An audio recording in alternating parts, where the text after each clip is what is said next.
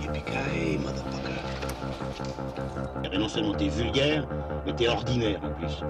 Dick Laurent is dead. Bonjour, bonsoir à toutes et à tous, chères auditrices et chers auditeurs, et bienvenue dans Transmission, la table ronde cinéphile qui fait le grand écart entre cinéma d'auteur et pop culture. Aujourd'hui, je suis bien entouré avec mes camarades Julien Rombaud. Julien, bonjour, comment vas-tu ? Salut les gars, ça va ? Salut tout le monde. Salut Manuelas, comment vas-tu ? Salut les gars. Et donc pour ce nouveau numéro, nous allons parler aujourd'hui, une fois n'est pas coutume, de Joachim Trier. Enfin, on avait parlé brièvement, je crois, de Julie en 12 chapitres quand le film était sorti en 2021. Mais aujourd'hui, donc, on lui consacre un numéro complet suite à mon impulsion, puisque si vous êtes des auditeurs, des auditrices assidus, vous savez que j'avais ardemment défendu ce film à l'époque, malgré le courroux de mes co-transmetteurs. Joachim Trier, donc c'est donc un réalisateur norvégien. Sentimental Value, donc ce film dont on va parler aujourd'hui, qui a obtenu le Grand Prix au dernier festival de Cannes et son 6e long métrage. Après Reprise, qui était son premier en 2006, puis ensuite il a été révélé sur la scène internationale grâce à son film Oslo 31 août en 2011, puis ensuite il y a eu Louder Than Bombs, et puis Thelma, enfin Julie en 12 chapitres, comme je l'ai déjà dit, en 2021. Et aujourd'hui donc ce Sentimental Value, qui a fait grand bruit depuis sa présentation sur la Croisette, disons-le. Tous ces films ont été coécrits par Eskil Vogt, qui est également réalisateur à 16 heures, puisqu'il a signé notamment Les Innocents il y a quelques années. Pour ce nouveau film, il engage à nouveau l'actrice de Julie en 12 chapitres, qui avait obtenu le prix d'interprétation à Cannes d'ailleurs, donc c'est Renate Reinsve.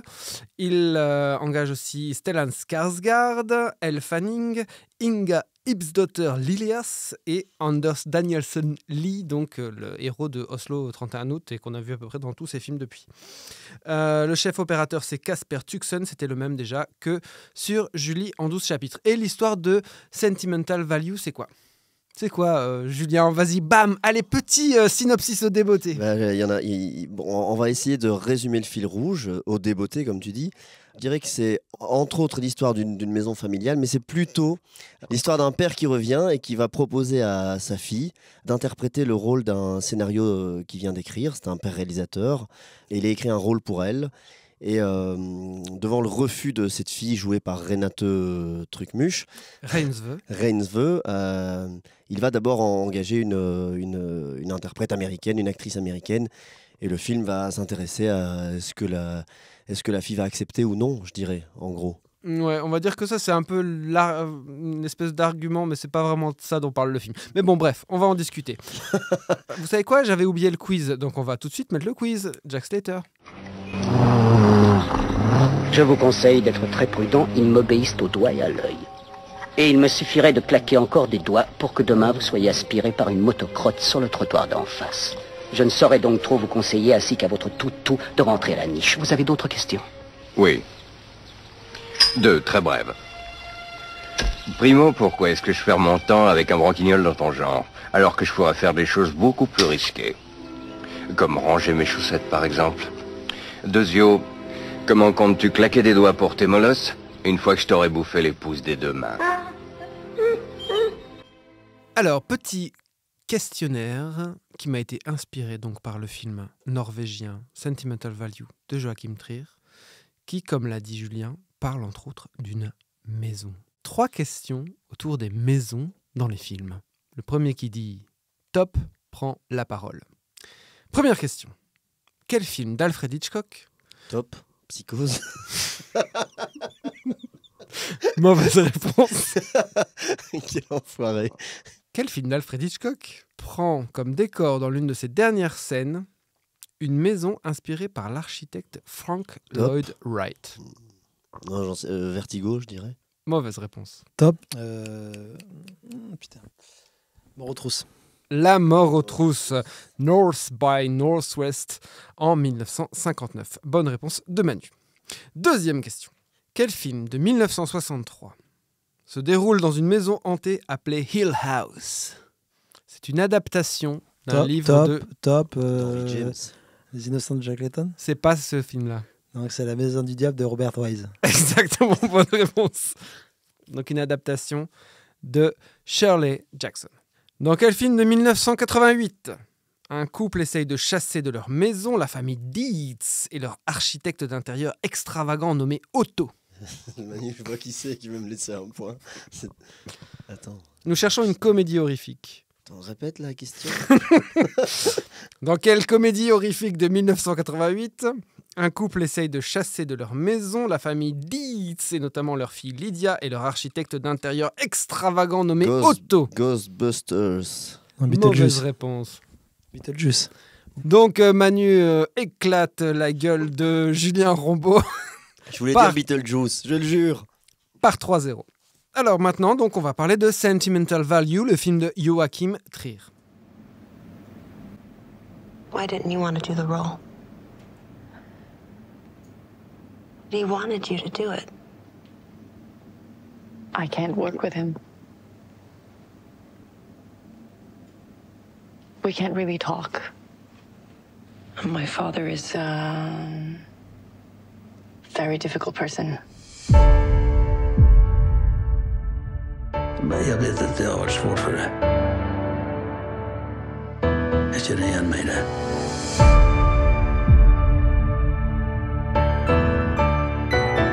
Hvordan ble du en så bra person med den oppveksten vår?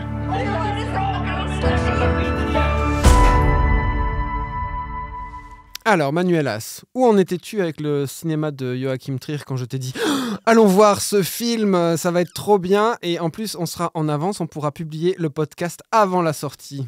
Ben, j'étais nulle part, hein, à peu près au même endroit où j'étais à la sortie du film, quoi. Non, c'est pas... non, j'avais juste vu Julien en 12 chapitres, plus sérieusement. Sans trop dévoiler l'avis que j'ai sur ce film-là, j'ai à peu près le même ressentiment. J'y trouve les mêmes qualités et les mêmes défauts à degré constant et avec un intérêt très mesuré à la sortie du film. Oui, on voit que c'est un cinéaste qui suscite un enthousiasme complètement débridé chez toi. Ah oui. Et donc, Julien. Ah, mais pas pareil, hein, parce que si tu avais dû faire face au courroux des co-transmetteurs, c'est parce que je n'étais pas là pour essayer de t'épauler, parce que j'avais été très enthousiaste au contraire à la vision de Julie en 12 chapitres, et j'avais auparavant découvert, petit clin d'œil à notre ami absent Lucien, au Grignou découvert en 2011, Oslo 31 août, que j'avais aussi beaucoup aimé, pour des raisons différentes. Et donc voilà, effectivement, après Julie, que je répète beaucoup aimé, j'étais plutôt enthousiaste à l'idée d'aller voir le film. Et toi, Olivier, qu'est-ce que tu allais comment voir ce film? Moi, j'étais super enthousiaste parce que, donc, Oslo 31 août, ça m'avait fait ni chaud ni froid. J'avais trouvé ça un peu maniéré. J'étais pas vraiment rentré dedans. Mais Julie en 12 chapitres, moi, j'ai trouvé que c'était un film merveilleux. Vraiment, j'avais été hyper touché par le film. J'avais été hyper emballé par la structure, par l'écriture, par le jeu, par le ressentiment, le feeling général du film. Voilà, enfin moi j'étais vraiment sorti de la salle ultra emballé. J'en avais parlé. D'ailleurs, j'en ai même parlé à beaucoup de personnes depuis. Et c'est un film qui continue de créer des débats, voilà, d'être décrypté au cours de conversations où chaque éclairage t'apporte une vision un peu plus complète et complexe du film. Et donc moi j'étais supra enthousiaste sur Sentimental Value. J'avais vu aussi le Thelma, donc c'est son espèce d'incursion dans le fantastique, qui était un film propre, mais qui restait vraiment extrêmement timide par rapport au sujet qu'il essayait de traiter. Et donc, moi, quand j'ai vu que ce film, donc, qui a obtenu le Grand Prix, je le répète, passé ici au BRIF, donc au Brussels International Film Festival, j'étais hyper enthousiaste. Par contre, je dois avouer que le film m'a un peu laissé sur le carreau et donc peut-être que Julien veut commencer peut-être avec une explication un peu mesurée, un ressentiment un peu mesuré sur Sentimental Value. J'ai plutôt aimé le film, mais sans être non plus conquis ni absolument touché par le film. Donc j'ai plutôt accroché au début du film. Et comme d'habitude chez lui, j'aime bien la manière dont il présente ses personnages, j'aime bien la manière dont par petites touches il fait entrer dans le film. Après, oui, je retrouve des qualités que j'aimais bien chez lui, c'est-à-dire une espèce d'amertume douce ou de douce amertume, j'en sais rien, mais qui fait que j'adhère au film. Mais c'est vrai que quand tu m'as demandé de le pitcher, d'ailleurs, c'était compliqué. J'ai plus été touché par ce qui concerne la maison, donc cet endroit, les pièces, ce qu'elle raconte, ce qu'on laisse, ce qu'elle symbolise, ce qu'elle porte, c'est quoi un lieu où une famille grandit, plutôt que par tout ce qui est l'aspect, je vais dire, cinéma, ou ce qu'il essaie j'ai l'impression qu'il essaie d'instaurer un aspect cathartique du cinéma, le cinéma comme moyen de dépasser et de comprendre la vie. Là, tu parles du film dans le film. Enfin, Je parle du film dans le film, de tout ce qui concerne le rapport au père qui essaye de faire jouer sa fille. Et j'ai l'impression que Joachim Trier essaye que les personnages comprennent leur vie à travers l'incarnation potentielle du rôle. C'est clair. Donc, dans le film, pour expliquer à nos auditrices et nos auditeurs, donc Stellan Skarsgård qui joue le père de famille, voilà, est un réalisateur qui n'a pas tourné depuis 15 ans et il vient avec un nouveau scénario, un nouveau script qu'il veut faire jouer à sa fille Renate Reinsve, mais elle ne veut pas ni même lire le scénario. Mais apparemment, ce serait quand même lié à l'histoire de sa famille, puisque ce serait lié à l'histoire de sa mère qui s'est suicidée, et ce serait tourné dans la maison de famille. Donc, on imagine qu'il y a quelque chose de très proche, quoi. Voilà, cette veine-là m'a moins touché personnellement que ce qui est, comme je disais, vraiment la peinture des personnages ou ce qui a trait à la maison, même si les deux se rejoignent. En tout cas, j'ai trouvé qu'effectivement, il était moins inspiré et moins sensible et moins subtil que dans Julie en 12 chapitres. Et que la deuxième heure tourne un peu à vide et que les choses ont moins de poids et qu'on remplit un petit peu là où Julie en 12 chapitres justement savait manier les détours et les petits chemins. Ici, il essaie encore de faire la même chose, mais je trouve que ça déforce le film plutôt que ça ne le renforce en fait. Ouais, je suis assez d'accord avec toi. Donc en fait, pour moi, le problème... Donc il y a des choses que j'aime dans le film aussi. Donc on retrouve vraiment... la qualité principale de Joachim Trier pour moi, c'est vraiment la direction d'acteur et le timing aussi. Enfin, je veux dire, là, il y a certains moments, certains dialogues et certaines scènes, surtout en duo, que ce soit entre Elle Fanning et Stellan Skarsgård, qui marchent super bien. Il y a aussi les scènes... Renate Reinsve avec son collègue de scène. Elle est actrice dans le film et il y a un moment où au début elle a un timing comique très bon avec son partenaire de scène. Il y a même certaines scènes comiques qui fonctionnent uniquement par ce sens du timing, oui, plus que réellement par le gag, parce que quelquefois le gag est un peu attendu, mais c'est plus sa capacité à trouver le bon timing qui fait que ça fonctionne. C'est pas écroulé de rire par terre. C'est pas hilarant, mais tu le sens dans la salle que ça fonctionne, quoi, en fait.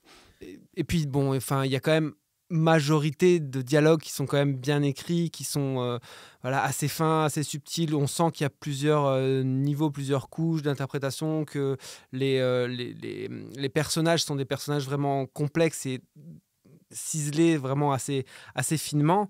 Là où, pour moi, se situe le problème principal du film, c'est qu'en fait, je trouve que le film tourne constamment autour de son sujet. J'ai l'impression que Joachim Trier et Eskil Vogt, donc son co-scénariste, c'est vraiment l'architecture du film qui pose de leur scénario qui pose problème. C'est-à-dire qu'ils veulent faire un film sur ce qu'on se transmet de génération en génération. Donc en gros, Stellan Skarsgård, et c'est symbolisé par cette maison. Donc il est hanté par le suicide de sa mère, et puis ça va se reporter, il va porter ça en lui, et puis son mal-être va être transmis à la relation qu'il a avec ses filles. Et donc, en gros, il y a une espèce de galerie de personnages comme ça, qui sont liés par un truc du temps qui est symbolisé par cette maison. Et en fait, ça fait une espèce de film un peu choral, mais qui, en fait, les choses, au lieu de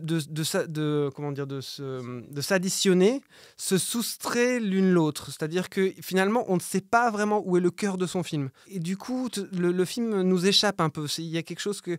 Le cœur du film, on ne sait pas s'il est entre les sœurs, s'il est avec le père, si c'est ce truc à la maison. Parce qu'en fait, finalement, ça ne prend pas ensemble toute sa volonté de lier tout ça. Il y a quelque chose il n'a pas mis de maïzena dans son truc en fait, pour lier la sauce, quoi. En fait, je trouve qu'effectivement, ça se dilue un peu. Et Là où ça se justifiait peut-être plus dans Julie en 12 chapitres, c'est aussi que c'était concentré sur elle, sur cette femme Tout à fait. qui, effectivement, était paumée dans sa vie sentimentale, qui savait pas si elle devait s'engager, pas s'engager, avoir des enfants, ne pas en avoir, et qui faisait des allers-retours entre amants, etc. Mais c'était quand même centré sur une figure. Ici, effectivement, comme tu le dis, il y a le père... T'as 3 ou Il y a 4 trois personnages, voire 4. potentiellement principaux. Et c'est peut-être ce qui fait plus la maison qui est un personnage pratiquement à part entière. Et donc, effectivement, ça fait que tout se dilue un peu dans les catacombes.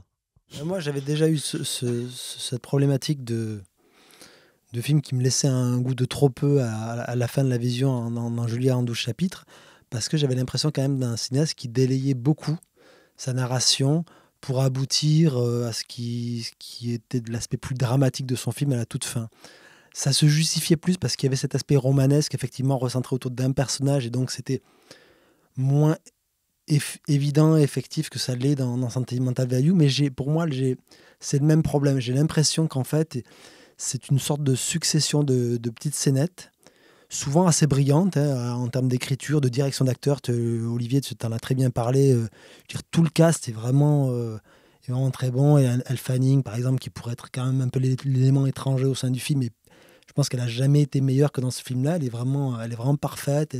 Le rôle s'il n'y a pas que elle, je dirais, le rôle est super bien écrit, les échanges qu'elle a, vraiment à ce niveau-là, en termes d'écriture de scène, de pure mise en scène, si tu les décorrèles de l'ensemble du film, c'est une vraie réussite. En revanche, effectivement, ça prend pas parce que tu sens pas vraiment la direction prend le film. Il y a quand même un chapelet qui est cette histoire de film qui doit se tourner. Donc tu te dis que tu es face à un film un peu méta qui va avoir un positionnement par rapport à ce qu'est le cinéma, ce que peut faire le cinéma, les possibilités du cinéma.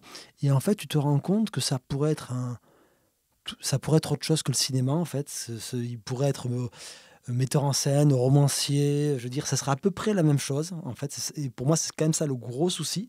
Parce qu'en fait, ça te perd dans la narration, parce qu'il y a notamment souvent... Ça joue très bien, mais en fait, ça joue souvent très mal dès que c'est le film dans le film. Et ça, pour moi, c'est un souci, parce que ça devrait être un moment de catharsis, et ça ne peut pas l'être. Juste pour préciser à nos auditrices, nos auditeurs, le film dans le film, c'est-à-dire le film qui est tourné donc par Stellan Skarsgård, on en voit juste une scène à la toute fin de Sentimental Value, et sinon, on voit également une scène d'un de ses films précédents, plutôt au début du film. Sinon, il y a quelques scènes de lecture du nouveau scénario dans le film ici. C'est des scènes en plus qui sont à la fois, quand tu le regardes, mais à la fois qui sont même décryptées en tant que telles par le père, conçues comme des sortes de plans séquences, donc vraiment une forme de cinéma très, très appuyée, entre guillemets. Donc, et pour moi, ça ne fait que souligner les artifices de jeu à ce moment-là dans ces séquences-là, là où tout le reste du film est d'un naturel assez bluffant, je veux dire, où tu questionnes jamais l'outil cinéma, ne fait pas écran par rapport aux performances des acteurs. Et à chaque fois, alors que ça devrait pour moi être les moments un petit peu, particulièrement la dernière phase du film, ce dernier plan où tout se concrétise, ça devrait être un moment qui tout d'un coup te transcende et t'emporte. Et d'une certaine manière, j'ai l'impression que s'il avait réussi là, j'aurais pas les mêmes réserves sur les petits écueils que j'aurais eu pendant tout le film, de me dire je sais pas trop où il me balade, mais s'il avait réussi ce moment-là, en fait, avec ces 10 dernières minutes, il aurait effacé un petit peu de scorie du film. Le problème, c'est que pour moi, ça décolle pas, et je ressors du film avec ces mêmes interrogations de me dire, mais est-ce que ça tourne effectivement autour de cette fratrie, entre ces deux sœurs, parce que pour moi, la scène la plus émouvante se déroule entre les deux sœurs, quand on est réellement dans du drame par rapport au vécu de elles deux petites, comment elles ont grandi adultes vis-à-vis de ça, et comment elles ont un regard malgré tout attentif l'une à l'autre. Mais le film se dilue énormément autour de répétitions de tournage, de préparation du film, de Stellan Skarsgård qui boit trop, Stellan Skarsgård boit trop, qui refuse d'aller voir sa fille au théâtre, de plein d'éléments en fait qui diluent le cœur du film, et qui en fait émotionnellement t'en éloignent. Parce que j'ai l'impression que l'accent, mais je dis pas que c'est bien, moi je trouve aussi que c'est ce qui fait obstacle, mais que l'accent est davantage mis sur est-ce qu'elle va accepter qu'est-ce qui va faire en sorte qu'elle accepte le rôle ou qu'est-ce qui va bien pouvoir se passer pour qu'ils fassent un pas l'un vers l'autre, c'est-à-dire le père et elle-même. Et plutôt que dans le film, l'accent il est mis là-dessus. Est-ce qu'ils vont se rapprocher ou pas? Pas tant que ça, parce qu'il y a toute une partie du film où quand même ils sont quand même très éloignés l'un de l'autre. Donc en fait, toute une partie du film quand même se passe juste avec lui, Elle Fanning, la sœur, mais il y a assez peu de scènes qui les relient l'un et l'autre et qui permettent ce dialogue entre guillemets entre ces deux personnages-là. En fait, moi j'ai l'impression qu'il a essayé pourtant de les convoquer. Tout ce qui est un peu les tourments, les angoisses, les ambiguïtés des personnages, il a essayé de les convoquer et je trouve que c'est ce qui faisait la réussite de Julie en 12 chapitres et qu'ici il est un peu moins abouti. C'est que ce qu'on disait, ça a été un peu dilué et pourtant c'est vrai qu'il y avait des grands éclats de rire et je trouve que tout ce qui est, j'en parlais tantôt, l'humour un peu mélancolique, parfois des névroses de la comédienne qui va monter sur scène, etc. Je trouve qu'il y a quelque chose de beau, qui fonctionne, de presque tchécovien si on peut parler théâtre. Dans la peur de décevoir, la peur de monter en scène, la peur de ne pas être à la hauteur. J'ai l'impression qu'il essaie de convoquer plein de choses. Mais c'est vrai que quand j'entends Manu dire ça prend pas, je me dis effectivement, il y a des scènes qui prennent et d'autres qui prennent pas. C'est un peu c'est l'ensemble qui prend pas. Quoi. Il y a certaines scènes qui ne fonctionnent pas, notamment celles qui sont liées en effet à l'écriture du film, dans le film en lui-même. Il y a un monologue issu du scénario, donc du nouveau scénario de ce père réalisateur, qui est lu 3 fois dans le film et qui est censé nous émouvoir différemment, mais en fait on a très très peu accès à ce monologue, on comprend pas très bien ce qu'il veut dire, on n'a pas, en tout cas moi c'est resté très opaque pour moi et du coup j'ai senti que j'étais à côté du film, quoi, qu'il y avait quelque chose qui passait pas. Par rapport à la question de la thématique du cinéma dans le film, alors il y a une chose que je déteste et il y a une chose que j'aime vraiment bien. Donc, tu commences par laquelle? Non, la chose que je déteste, c'est que j'ai l'impression que ça fait très film pour Happy Few.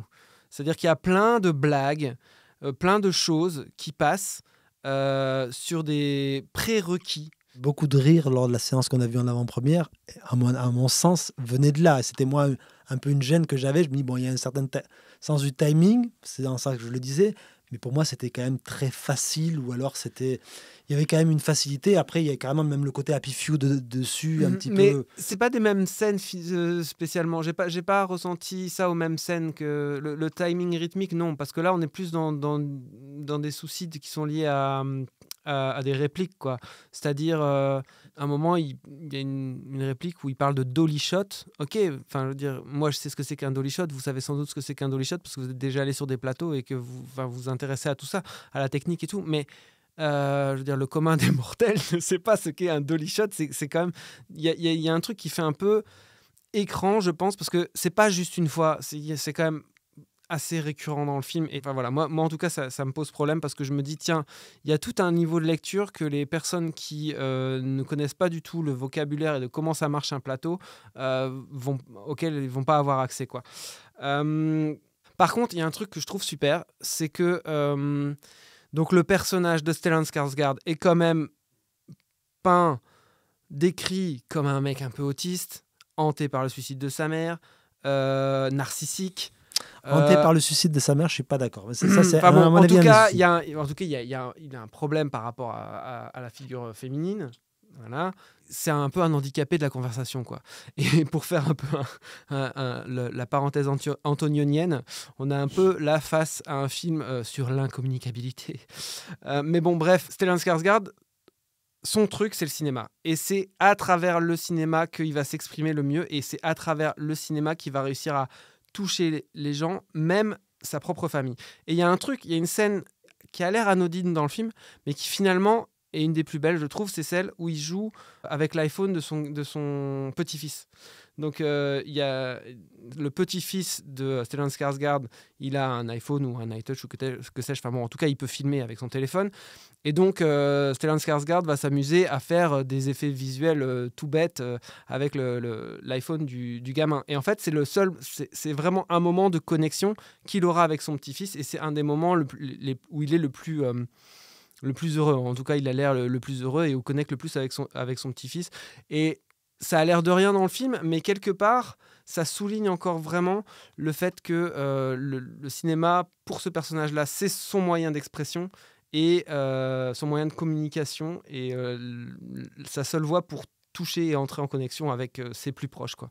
Ouais, c'est aussi en ça que je disais tout à l'heure cathartique, c'est que j'ai l'impression qu'effectivement il essaye de, de faire passer, comme tu le dis, les sentiments du père par ce médium-là qu'est le cinéma.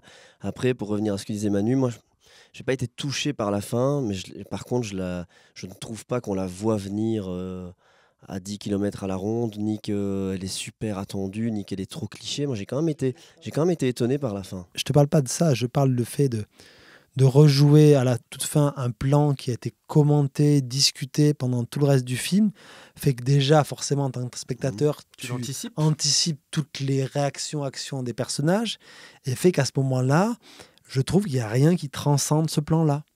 Et donc, c'est en ça, c'est pas que je la vois pas venir, en fait, en tant que tel, c'est pas je veux dire, je sais où le film se dirige, mais juste quand je vois que ça, à ce moment-là, quand le plan débute et que ça dirige vers là et que c'est grosso modo la conclusion, je m'attends d'un coup sorte de tour de force. En plus, tu es en train de faire un plan séquence, donc le tour de force s'impose en tant que tel. Et en fait, je vois un truc très très plat et j'ai envie de dire, putain, mais alors, le mec encensé comme un grand réalisateur, putain, ça ressemble à quand même à un navet fini son film. Ouais, c'est un peu le souci quand même. À un moment, quand tu discutes beaucoup d'un film, à un moment, et quand tu vois le résultat, tu te dis. Ouais, mais après est-ce que dans la diégèse du film, est-ce que c'est important qu'il fasse un grand film à ce moment-là? Parce qu'il y a plein de choses qui te laissent supposer au cours du film que Stellan Skarsgård comme réalisateur, il est plus dans le coup.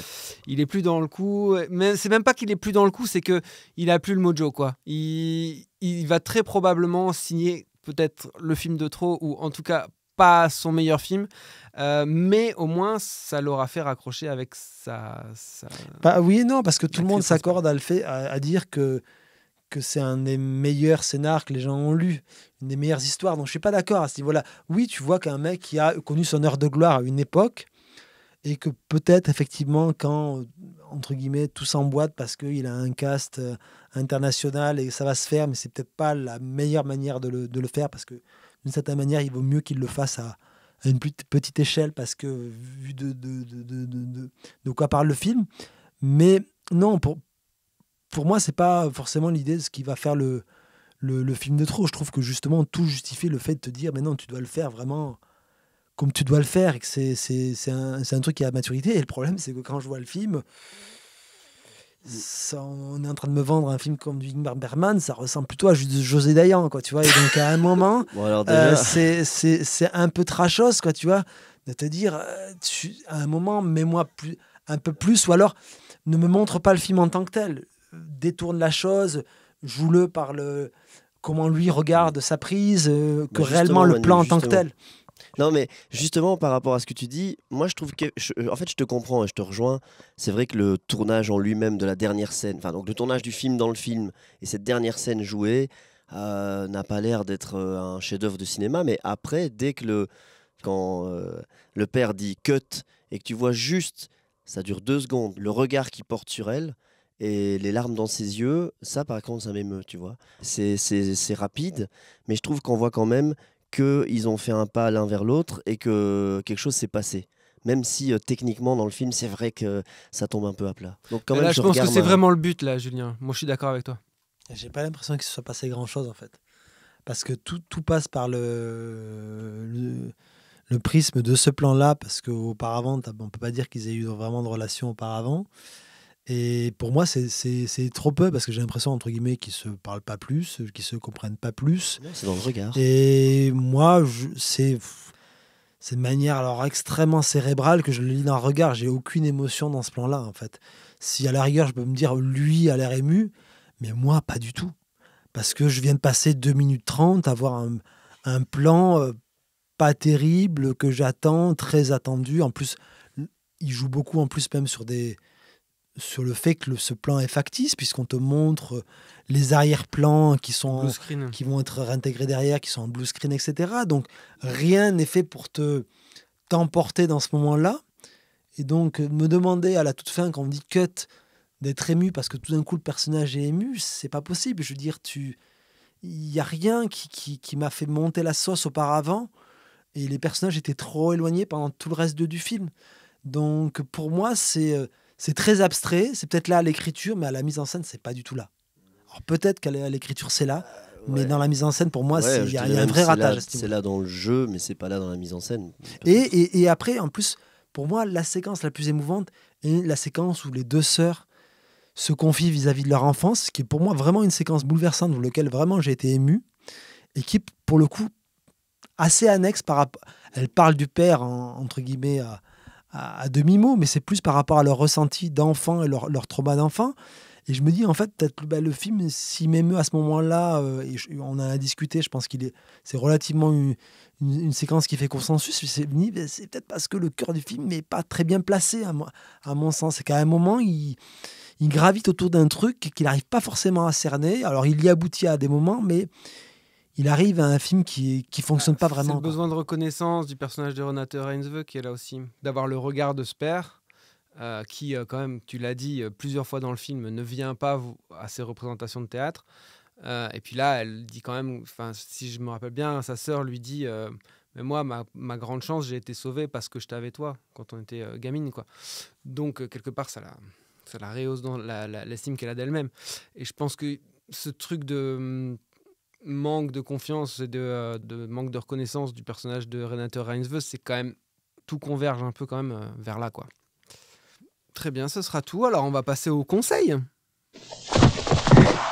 Écoute, pourrieux, pour moi, tu n'es qu'une merde de chien qui s'étale sur un trottoir. Et tu sais ce qu'on fait d'une merde de ce genre? On peut l'enlever soigneusement avec une pelle, on peut laisser la pluie et le vent la balayer, ou bien on peut l'écraser.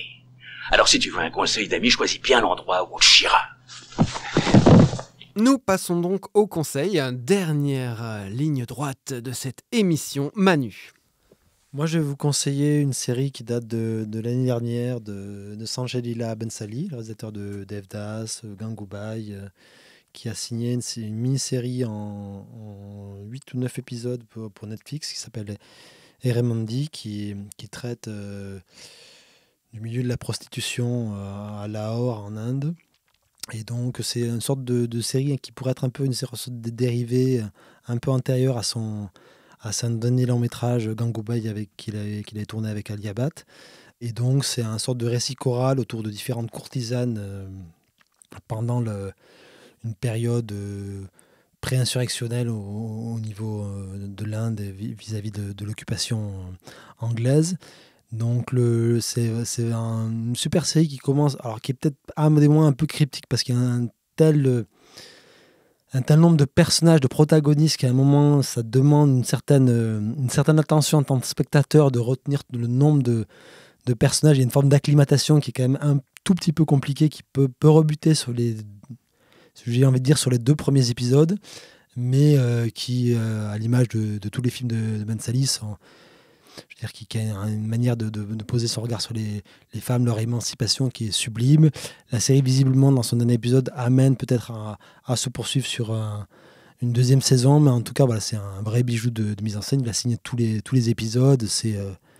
C'est juste un petit joyau télévisuel. Voilà, ne laissez pas l'algorithme de Netflix vous dicter ce que vous devez regarder et allez déterrer les séries indiennes qui s'y cachent tout au fond de leur catalogue. Le podcast engagé. Allez, va fucked up l'algorithme de Netflix, tu peux le faire. Julien. Bon, je vais être un peu plus dans l'algorithme, je pense. Non, mais je vais pas être vraiment dans l'air du temps parce que c'est un film qui est sorti il y a 6 mois, puis en même temps, Bob Dylan n'est pas vraiment dans l'air du temps et il y est toujours. Donc, Lucien, il en a parlé, je sais plus de quelle émission, mais c'est pas grave. Vas-y, dis-nous. Dis-nous. Le film vient de sortir sur toutes les plateformes, sans doute. C'est un peu mon obsession des 10 dernières années, mais effectivement, j'ai vu le film de James Mangold qui s'appelle Complete Unknown, que tout le monde a vu ou devrait voir. Alors le film est un petit peu académique, mais c'est une bonne porte d'entrée si jamais des jeunes gens nous écoutent. C'est possible, hein. Peut-être qu'il y en a qui nous écoutent. Des jeunes gens Ouais. Non, Tu vois notre auditorat a plus de 60 ans. Eh ben, rêvons un petit peu. Disons-nous Si que des jeunes gens si écoutent. vous voulez nous prouver le contraire, écrivez-nous, laissez-nous des messages. C'est toujours comme ça les conseils. En tout cas, j'espère que des jeunes gens nous écoutent. Je vais essayer qu'ils nous écoutent et qu'elles nous écoutent. Et en tout cas, c'est une bonne porte d'entrée pour Bob Dylan et pour la période 61-65 qui est un peu the période prolifique et intéressante. Mais après, ça peut évidemment, on peut aller un peu plus loin dans les documentaires, évidemment, celui de Scorsese, No Direction Home, avec 3h28 de Bob Dylan d'interview où on voit à la fois ses facéties, son côté énervant, son côté génial. Enfin bref, Bob Dylan qui est quand même l'artiste qui s'est jamais laissé restreindre à une case. Moi, je le trouve formidable. Ou même I'm Not There. Je sais que vous n'êtes pas fan, mais moi j'aime beaucoup ce film. Voir Kate Blanchett interpréter Bob Dylan. Bon, et alors le quelque film de chose. Mangold Moi, je préfère Richard Le Gere. film de Mangold, moi je l'ai aimé. C'est la première fois que j'ai supporté Timothée Chalamet. Parce que je trouve qu'il s'efface bien derrière le personnage de Dylan qui a été toute sa vie en mu et en mutation, donc je trouve qu'il se laisse bien aller dedans. Et puis voilà, comme je disais, c'est plus une introduction, enfin, c'est-à-dire les fans ne vont pas y trouver quelque chose de parfait, mais bien qu'il soit un peu académique, j'ai trouvé qu'il y avait des très beaux moments dans Complete Unknown. Ouais, j'ai bien aimé. C'est tout. C'est juste que Lucien et moi-même d'ailleurs on était d'accord pour dire que le problème du film c'était que son point de vue c'était de faire un film sur un personnage insaisissable qui surprend constamment, qui invente, qui se réinvente sans arrêt, mais dans une forme extrêmement académique. C'est pas comme s'il avait pris un autre point de vue sur Dylan et qu'il le faisait de manière académique. Il a pris le point de vue, enfin une manière de faire académique pour parler de quelqu'un avec le point de vue, c'est quelqu'un de profondément anti-académique. C'est en ça que je dis, c'est pour ça que je disais le film est académique et est plutôt une porte d'entrée pour l'univers. Après, j'ai l'impression qu'il essaye, ça a déjà été raconté en podcast et dans de nombreux podcasts et de nombreuses émissions, mais qu'il essaye surtout de s'attacher à la balance du festival de Newport et que c'est ça qui l'intéresse davantage que saisir l'insaisissable, il me semble. Pour moi, il est plutôt sur la trahison ressentie par les fans de folk plutôt que sur le fait que Dylan est en mutation constante, enfin, je trouve. Après, c'est sûr qu'on est plus dans le biopic un peu classique et que Mangold peut être plus foufou dans d'autres films, hein, c'est sûr. Enfin, ça se discute, ce que tu viens de dire. Mais je ne reviendrai pas dessus. Discute. Non, je trouvais juste que, en tout cas, pour conclure sur ce film-là, c'est un film où la musique, en tout cas, est extrêmement bien utilisée, mais et qui promet à certains moments de l'utiliser encore mieux. C'est-à-dire qu'il y a un moment où quand c'est la baie des cochons, là, quand tout le monde flippe que vraiment la guerre nucléaire commence et que il y a donc John Bess descend dans cette cave et donc là on voit Timothée Chalamet grimé en Bob Dylan qui chante Masters of War et qui s'embrasse directement derrière sans se parler, sans s'échanger un seul mot parce qu'il y a cet empressement de fin du monde possible. Ça, c'est vraiment un beau moment. Beau. Parce qu'en plus, la chanson appuie ce truc-là. Mais malheureusement, ça n'arrive qu'à un ou deux moments dans le film. Ok. J'ai beaucoup parlé. Pendant mon conseil, tu vas aussi nous parler de pop, toi aussi. De pop ? Tu vas nous parler Teletubbies, Angleterre, les morts-vivants, c'est ça ? Oui, non, mais alors, en fait, donc, je ne sais pas quand est-ce que cette émission sera publiée, mais n'empêche que là, tout le monde va voir 28 ans plus tard et ressort en disant « Oh, c'est génial !» ou alors « Oh là là, c'est nul à chier !» Eh bien, donc moi je l'ai vu. Et alors je peux vous dire, c'est vraiment à 100 000 lieues d'être un chef-d'œuvre, ça c'est clair. C'est pas vraiment non plus hyper fandard comme un film, ce qui serait ce qu'on attend d'un film d'horreur, d'être un super ride de 1h30, d'être accroché à ton siège et vraiment de t'éclater pendant 1h30. C'est pas ça non plus parce que le film, on est plus ou moins en bataille avec le film tout au long parce qu'il y a des choses qui fonctionnent, il y a des choses qui fonctionnent pas du tout. Sa principale réussite, c'est qu'il est surprenant, ça c'est vrai. Le personnage principal du film, spoiler, c'est en tout cas c'est aucun des trois qui est sur l'affiche. C'est un film qui a le mérite plutôt de s'aventurer souvent dans des éléments inattendus, mais qui flirte très régulièrement avec le grotesque absolu. Boyle, hein. Et après, c'est quand même un film qui a des béances scénaristiques, mais vraiment des gouffres, des trucs où tu te dis c'est pas possible. À un moment, 40 minutes avant la fin, le personnage principal est donc en territoire hostile, il y a plein d'infectés, et il se trouve avec un bébé, mais un nouveau-né, un nourrisson. Et on t'a fait monter dans le film que les zombies réagissaient quand même au bruit. Donc tu te dis, oh, mon Dieu, le bébé va faire... Et tout le monde va arriver. Le bébé ne pleure jamais des 40 minutes, des 40 minutes qui te séparent de la fin du film. Ce bébé n'est jamais un problème pour le personnage principal. Genre de béance. Bref, voilà, c'est rigolo sans plus. Mais c'est définitivement pas le chef-d'œuvre que certains essayent de vous vendre. Nous publierons très vraisemblablement ce podcast au cours de l'été. Donc, il y a des films de Akira Kurosawa en version restaurée qui passent encore et toujours au Palace à Bruxelles. Et alors, il y a le film documentaire de Julien Dupuis qui s'appelle L'Apocalypse selon Mad Max qui doit être encore disponible sur Arte TV gratuitement. Voilà. Merci beaucoup, Manu. Merci beaucoup, Olivier. Merci beaucoup, Julien. Merci beaucoup, Julien. Merci beaucoup, Olivier. Merci beaucoup, Manu. Merci. Chères auditrices, chers auditeurs, de nous avoir écoutés. Nous sommes présents sporadiquement, mais quand même, sur Instagram, sur Facebook. Il y a notre chaîne YouTube avec un excellent contenu de Christophe Gans sur le cinéma, le renouveau du cinéma indien. Likez-nous, mettez-nous des commentaires, faites-nous remonter dans l'algorithme. Si toi aussi tu veux fucked up l'algorithme, fais monter l'émission des 3 mecs 6 genres. Merci beaucoup à toutes et à tous et à très bientôt. Au revoir.